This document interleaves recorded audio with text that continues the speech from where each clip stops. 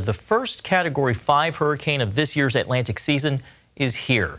Hurricane Lee whirling through open waters toward the Northeast Caribbean with winds up to 160 miles an hour. Thankfully, it's not expected to make landfall. The National Hurricane Center says dangerous surf and rip currents were forecast for most of the East Coast starting Sunday. Well, this latest storm coming on the heels of Hurricane Idalia, which hit Florida and the Southeast last week, causing catastrophic damage in some areas. Idalia also washed away years of precious memories for people like a retired shrimp fisherman. CBN's Operation Blessing was there to show him that hope can be found even in the most desperate situations. Brody brings us that story. I knew that I needed to go, and literally within 10 hours, I was on the road. We're gutting their homes, moving their furniture out, washing their wet clothes and linens, anything we can do to try to help them get through this tragedy. It's been a little over a week since Hurricane Idalia tore through the Gulf Coast and then seemingly vanishing from the news headlines as fast as the storm dissipated. It didn't get a drop in it. Yet outlasting the fading news cycle, dedicated volunteers with CBN's Operation Blessing U.S. Natural Disaster Team remain on the ground in some of the hardest hit areas. They needed someone to care, someone to step forward, someone to let them know that God was still listening, that God was still watching, and God was there to rescue. Crystal Moore from Norman, Oklahoma, is one of the more 50 volunteers helping Operation Blessing be the hands and feet of Jesus.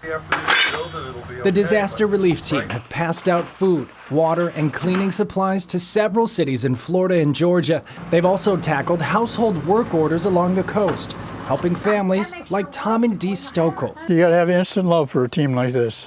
They're welcome here anytime, disaster or not. As a retired shrimp fisherman who's lived here since 1979, hurricanes are nothing new. I've never had a helper as good as you. Well, thank you. When I ran a shrimp boat. Idalia's fury severely damaged their home and waterlogged years of memories, forcing Tom and his wife to pick and choose what stays. Can I pitch it, sweetheart? Good. You're strong enough. Go ahead and pitch it. And what goes. We'll survive, and we're getting rid of a lot of stuff we didn't really need. If we and my wife had to do this alone, we'd probably be looking for a place to be cremated. Volunteers like Crystal experienced firsthand how invaluable it is when someone shows up to help during another person's darkest hour. Today changed him. Today changed me. And although it can be hard to move on, sometimes a storm can show us what we need to leave behind from the past. We want to praise you for everything, the abilities that you've given all of us. To focus on what God has in store for us in the future. And Idalia's survivors are grateful that Operation Blessing has helped them move into those days ahead. Operation Blessing is one of the best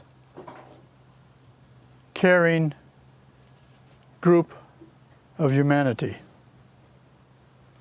Something I haven't encountered before.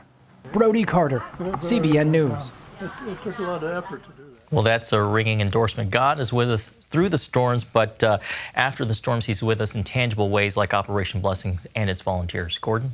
If you want to volunteer to help those people, there's the major news cycle has certainly moved on, but there's still a huge need. So if you want to volunteer, all you have to do is call us. 1-800-730, this is a special number, 1-800-730-2537. You can also just go to Christian Center Church, 7961 West Green Acres Street. I'm not about to pronounce that city, but you can find it on a map. We're not going to provide any overnight housing. You have to be 18 years old, at least 18 years old. And we want, if you want to help people in very tangible ways, do it right now and get in touch with Operation